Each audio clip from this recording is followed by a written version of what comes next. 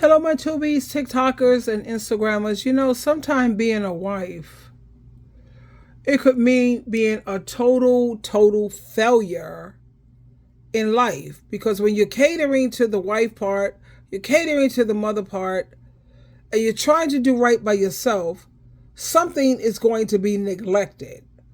And I want to share this commentary with this educational clip with you. I'll come back with my commentary. And please share your viewpoints on this. What do you think? I think I've just accepted that being a wife and a mother is just being a failure all the time. If I'm a good enough wife today, that means I didn't give enough to my kids. If I took care of my health like I should, then something else didn't go well. If I girl bossed too hard, nobody ate homemade food for dinner this week. It's like this constant balancing act where you're carrying buckets of water and walking on a tightrope constantly. And my kids are going back to school next week, and I'm just like, damn, we didn't really even have a summer because I've been working and I didn't have the time that I normally do. So it's like, no matter what you do, you get the finances where they need to be and you work like you need to. Well, your kids didn't see enough of you. If you paid enough attention to your husband, well, something else didn't get done. I mean, sometimes you get through the month or the summer and you're like, God, how many times did I wash the sheets? I mean, even like there's nothing that I could do to possibly do it all. There's sometimes that my Apple Watch tells me that I stood up 18 hours today. And in the beginning of the day, my watch is like, oh, you can reach your stand-up goal, and it's squawking at me. And by the end of the day, I think it's going, okay, come on, you need to sit down now. Like the veins in your legs are breaking. You're getting varicose veins. It's time to sit the hell down. But I can't, because if I don't, the dishes are going to be in the sink. It is insane. It's just crazy that I've been a mom for this long. 16 and a half years, and I still haven't figured out how to do it all yet. I have done it all. I mean, when I look back, I'm like, dang, I've girl bossed. I swore into public office last year. I've accomplished a lot, but did I do enough for my kids? Was I a good enough wife? Are there things that I could have done better? There's so many things that we need to do in a day, in a week, in a month, in a year. And I envy people that are like, have their cleaning and stuff like on a schedule and their house looks like a museum and all this stuff. But we still haven't even done the landscaping this year. I'm lucky the lawn is even getting mowed because we are so busy all the time. And I feel so bad for my kids right now. I just hope that they forgive me when they grow up. I think a lot of women, they need to learn how to be a little more kind to themselves, because a lot of women trying to be a wife and be a mother, we're doing the best that we humanly possible can do. I want women to understand, you're trying to be this wife and this perfect mother. You need to go to the scriptures. You need to go to Proverbs chapter 31, where it describes a good wife and a good mother. That good wife and that good mother, she had maidservants.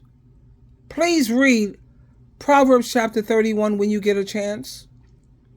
These men, they want you to have their babies and have their children, and they don't want you to be sexy. A lot of the men who are not abusive, they want you to go 50-50, because when a man say, honey, I'm willing to pay all the bills, all the whatever, your money is your money, and blah, blah, blah. You have to be careful with men like that, sweetheart. Because usually men who are saying that you don't have to pay for anything and I'll be the provider, I'll take care of it all. That's, the serpent speaking. You remember the serpent and how he deceived Eve? Don't be Eve. Don't be Eve. Because anytime the man, the serpent, is talking about you don't have to pay for anything, and he don't believe in the 50-50, That's the serpent speaking to Eve. Please don't be Eve, sweetheart. Anytime a man don't require you to have your own income, okay, he may want to pay for everything if he wants you to have his children. I understand that part. But anytime he don't want you to have your own income and your money is your money and your money is to take care of you and the children, I promise you, that's not just a little red flag, that's a huge red flag. That is the serpent speaking because he wants to dominate you. He wants to control you. And you can't trust men like that, sweetheart. And I keep saying sweetheart because I'm trying my best because I know women, how we are. You know how we are. We're just beautiful. We're just so freaking amazing. And you have to speak to us properly. And when you speak to us properly, then you can get a lot more further than speaking to us harshly. That's not going to work. Not for us. No.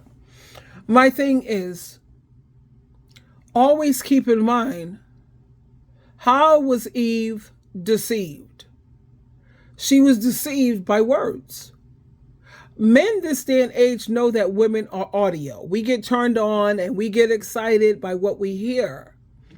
And that's only if you are a woman who's just physical. But when you're a woman who you are both spiritual and physical, you're in the best place that you could ever be. Please don't be Eve. I keep telling so many of my women when I do, I'm a advice coach. Once the money hit my Cash App, and I work on a donation basis because I know that times are hard right now. I don't care if you donate $1. I don't care if you donate 50 cents. The reason I insist on a donation is because when people pay for something, they tend to value it more and you'll listen to what I have to say to you. That's the only reason why I charge. But the thing is, please don't be Eve. Because so many of us have read the scriptures and we listen, we see how Eve was so foolish and she was deceived. Adam was never deceived. That man, that ninja, he knew exactly what he was doing. He was following his penis. What else is new? Their penis is their God, their Lord, their Savior. Yeah, she was a perfect woman. You could imagine what her body was looking like. She had a body who had freaking probably melanin. She must have been brown skin or had some beautiful skin tone for real, for real. The man lost his damn mind. Melanin, it is the fountain of youth. It is the fountain of youth. And I'm so grateful to Jehovah God and Jesus Christ for creating me to be an ebony woman, because I see so many people be like, what? They be spending thousands. No, they don't spend millions. They spend trillions of dollars to try to stay young looking. Everybody wants to stay young looking. And when it comes to ebony women, we are the fountain of youth, if you will. You can have an ebony woman who's freaking 50. She looks 35. And then you have the other races of women, no disrespect intended, but let's keep it true. Let's keep it real. And I have a pure heart and an honest heart. And I am a lover of the truth, but other races of women, they could be freaking 35 and they look 50. Ebony women, Haitian, Dominican, African, Indian, all these people who have this melanin, come on, you got to give us credit. Give credit where credit is due and have an honest heart. We do have the fountain of youth in terms of we always look 15, 20 years younger and our bodies are tight. We look amazing. At the same time, what I'm saying here, I'm going to play this clip, and I'm going to have my commentary throughout it. Okay? Wife and a mother is just being a failure all the time. If I'm a good enough wife today, that means I didn't give enough to my kids. If I took care of my health like I should, then something else didn't go well. I think we all can identify with what this beautiful female is saying here. You know, if I did great by my husband, then I neglected my kids. If I did right by my kids and my family, then my job fell off or something didn't get done in the house. And it's amazing how trying to be a good wife and trying to be a good mother, you still always seem to feel, and I do mean you feel like that. That don't mean you are that, because I have a healthy self-esteem, honey. Can't nobody break SheilaTruelove down. I'm a hard worker, and I'm a Capricorn. Let's keep it all the way real, really. Michelle Obama, the first black president that we've ever had, it took him to have a good woman behind him to keep her foot in his rear end, to keep him motivated and focused. She focused on the kids and all the above, but she's also a Capricorn. Come on. She's smart as hell. Yeah, I'm the type of girl, I could run a business because I'm an entrepreneur already. I've also been, and I'm not trying to toot my own horn or brag, I'm trying to be encouragement to other women so that other women could say that, yo, if she could do it, she's imperfect, just as imperfect as I am. If she could do it, then so can I. And that's the reason why I bring up my experience. It's not to toot my horn or to try to outdo or make somebody feel bad. I'm the girl who I sat up here. I follow the rules. You know the rules. You're supposed to lose your virginity to your husband. I did that part. You're not supposed to bring children into the world, you know, out of wedlock. Both my children from the same man. I was married to him. I did that part. Yeah, I followed the rules, honey. And guess what happened? And being a wife, and I'm business. That's my anointing. I am just totally, my anointing is I'm not tooting. I'm smart as hell. And I have common sense and intelligence. And guess what? The most important thing is I love Jehovah God. And guess what else? I'm on Jesus Christ's team. Okay? I went through my trials and my tribulations. And even though I follow the rules, you know, lose your virginity to your husband, the man you're going to marry or be married to. Yeah, I had children. And guess what? I end up being a single mother. I ended up being a baby mama. Oh, child, please.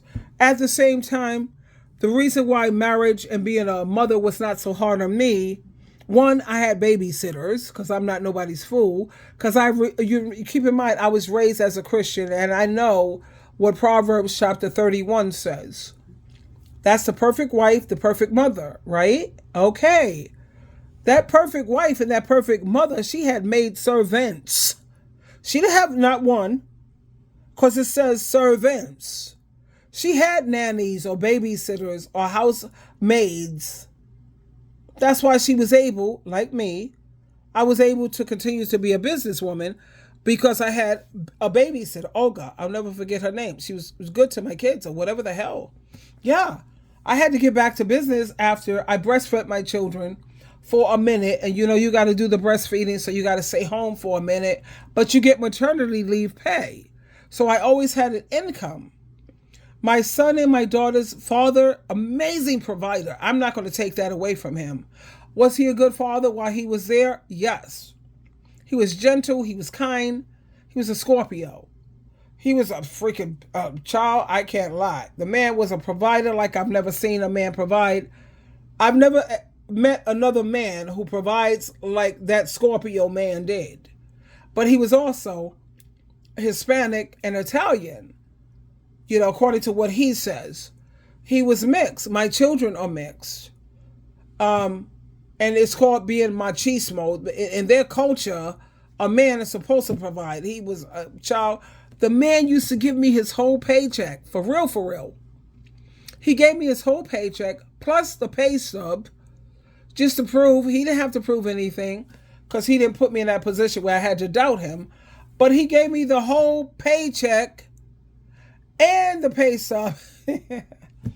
And what messed us up was he cheated on me. His uncle came into town, and his uncle used to cheat on his wife constantly and repeatedly. And he saw that his uncle wife used to put up with that. She used to still stay with him. So my husband, for some crazy reason, he thought, to be honest with you, well, I don't think he thought that, but he did cheat on me. He cheated.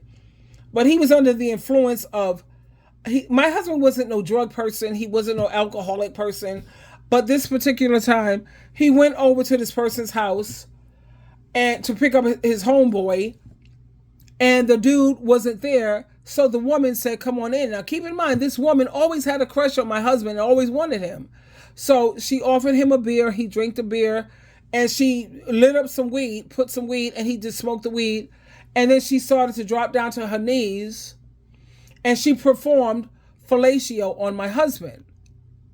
Okay, how did I find out about this? Check this out. Now, if my husband would have come to me and told me what have happened, I would have said, you know what? Nobody's perfect. Stuff happens. Next time, you know not to be going inside no house when your homies... No. He didn't tell me about it. The way I found out is I was just looking at some magazines or what have you, and I told my husband, I said, you know what? I told him, check this out. I went to the clinic today, and I found out I have an STD. What's up with that?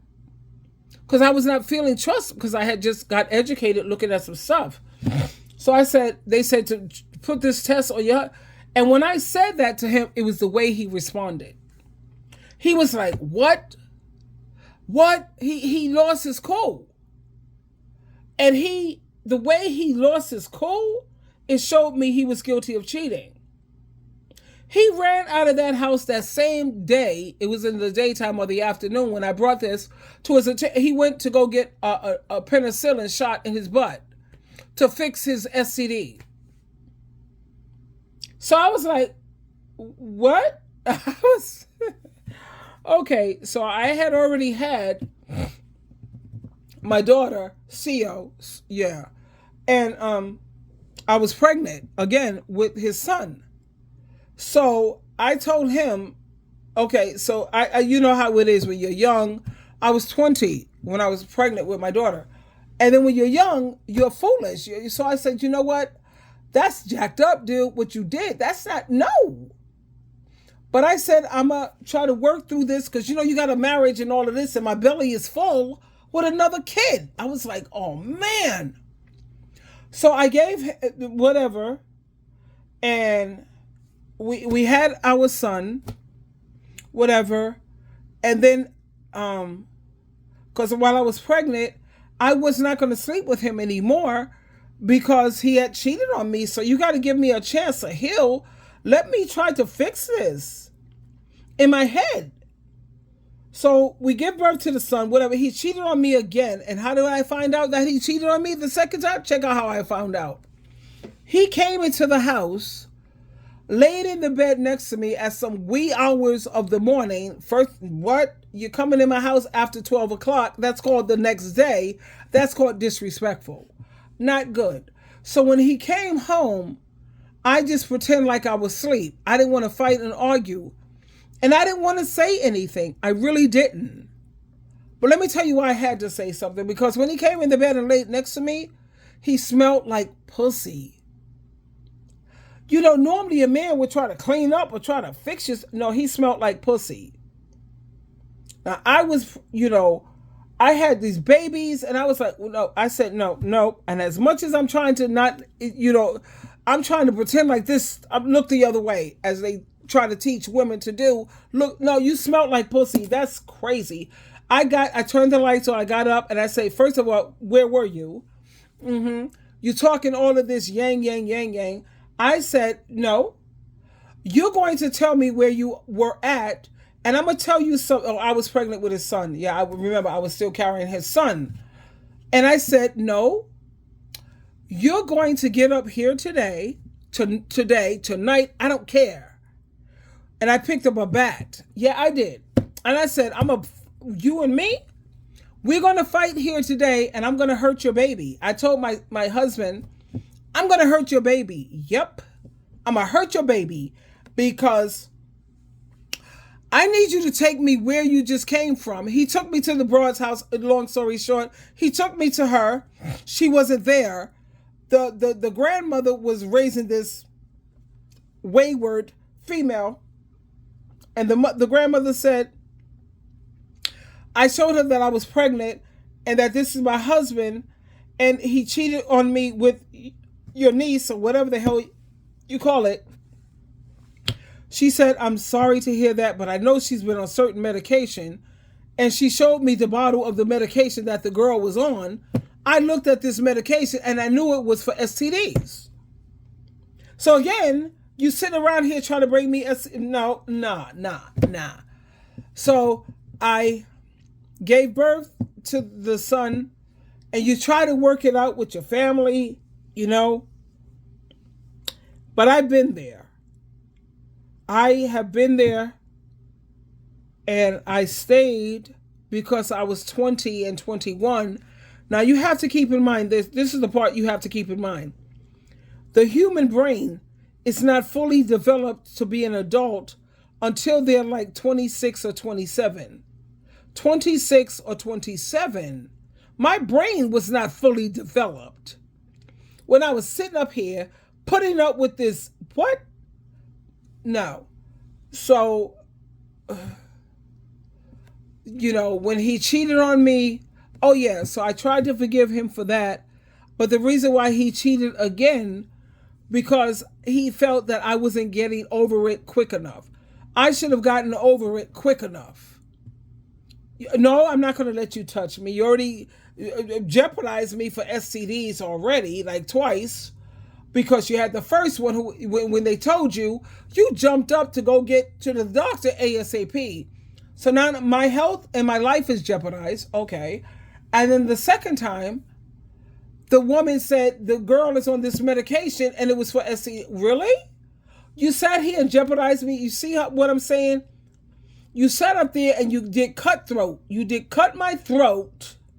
Not once, but twice. And that's only because my brain was not fully developed. I was in my 20s, But like I'm saying, do I take that out on all men and say that all men are garbage and trashy? No.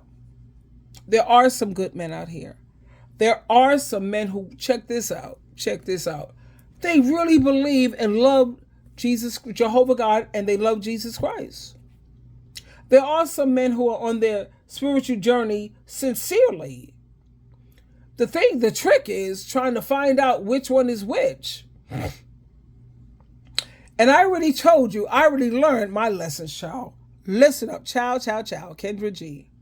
How can you tell when a man is on God and Christ's team and that God sent this man to you? First of all, they're not going to try to get you to sin.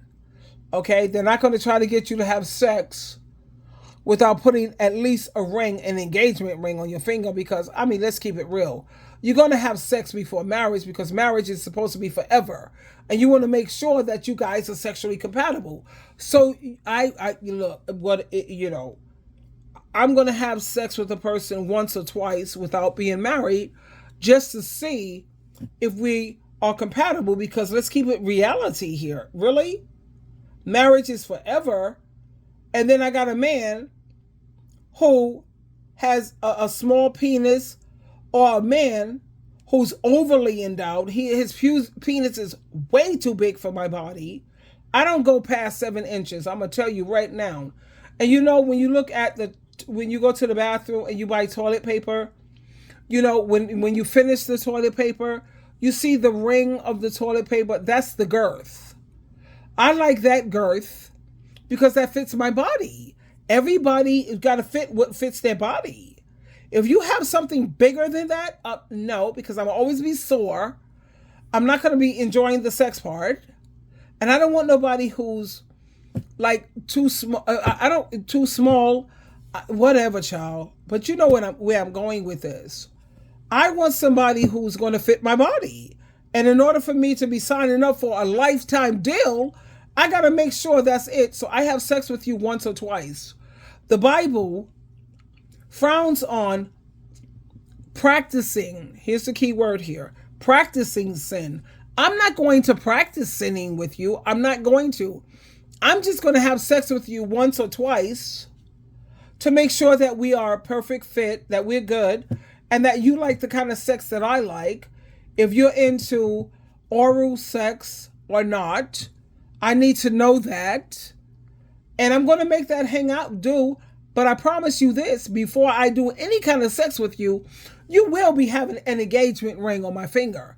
And if we're not sexually compatible, I will give you back the engagement ring. I will give you a kiss on your forehead. We're just not compatible. And let's try to be friends. Let's try to be activity buddies. Because maybe we're going to be better at being friends opposed to, husband and wife or what have you. No. But the thing is, when it came to my husband, look, and right now, girlfriends and men friends or whoever the hell is listening, I am happily single. And I made that choice. I'm going to choose that choice, and I'm going to stick with it. Let me show you the reason why I'm happily single. It's because I know married people, and these women are the most loneliest people. These women are a part of a support group. Let me show you the support group that they're a part of. Hold on. I want you to take a look at all of these married women. These are women who are married. They want to try to make you feel like something is wrong with you because you choose not to be a part of this. Take a look at this. You have so many married women. They say that I don't want to be I don't want to be single because I'm tired of being alone. But you have so many married women who are the loneliest women on the planet. Take a look. I'm gonna scroll up a little bit so you can see some more. You can pause it. Hold on a minute. Take a look at this. Okay. This is what wives are dealing with. Okay? I'm going to give you a moment. I'm going to scroll up a little bit more. Hold on a moment so you can see them all. Sexless Marriage, Support for Women. And I want you to see this book here. This book here, entitled The Sex-Starved Wife, What to Do When He's Lost Desire. Yeah. I really want to sign up for that. But they want to try to make women feel... Okay, let's look at that. Oh, look at this too. Twisted Crimes. Go on YouTube. Okay. Check out all the things that I have here. Yeah. There's this show on Hulu and Prime Video, I Love You, But I Lied. Yeah, and you want to try to make me feel like something is wrong with me because I'm not willing to sign up for this bull crap? How you? Yeah, you see I'm looking crazy right now.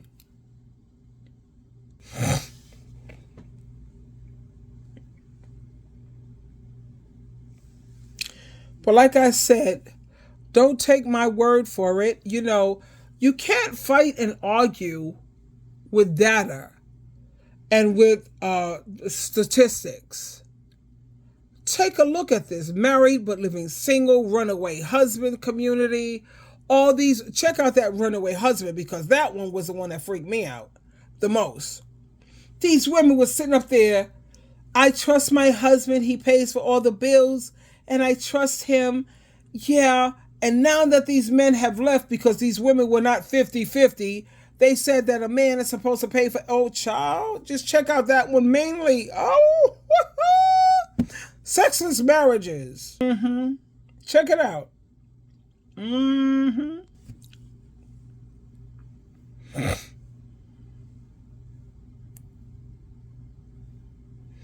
Wives of drug addicts.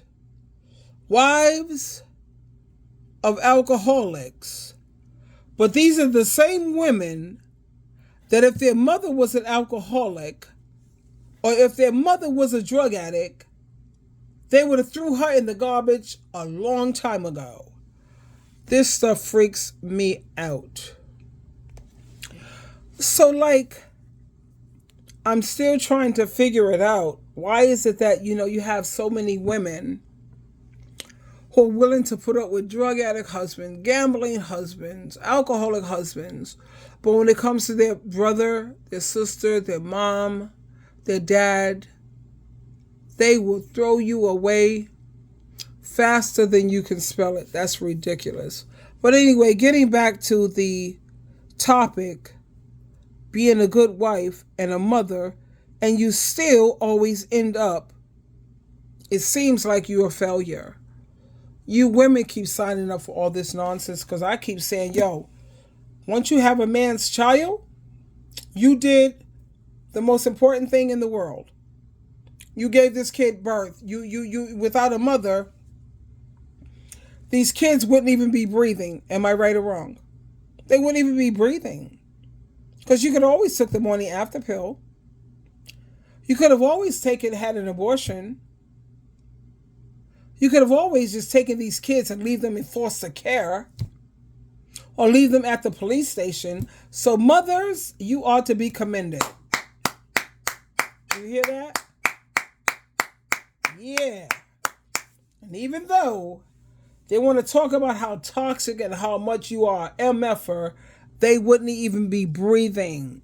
And if they're doing better, that's going to be momentarily, because the Bible says if you want things to go well for you, you better watch how you treat your parents. All day long is saying that. But to the mothers who stayed on the job, and even though they're calling you toxic, you're an MFer, you're a narcissist, and yet you were staying on the job. The father's left a long time ago. Let's not get this twisted. He left a long time ago, child, because he already knew they're not going to appreciate nothing you do anyway. So for the mothers who stayed, whether you were toxic or not, I want you to hear what Jehovah God and Jesus Christ is saying to you. This is what they're saying. Bravo. Bravo, girlfriend. Yes. You stayed on the job when the men, they were smart enough to say, I'm out. And Jehovah God and Jesus Christ, they know your whole journey. Yeah, Jesus Christ and Jehovah said, yeah, you love them enough to say, good job. You could have took a freaking morning after pill, gave them the foster care. You could have did what their fathers did, honey, but you didn't. And to you, I say, Jehovah says, and Jesus Christ says, bravo, bravo.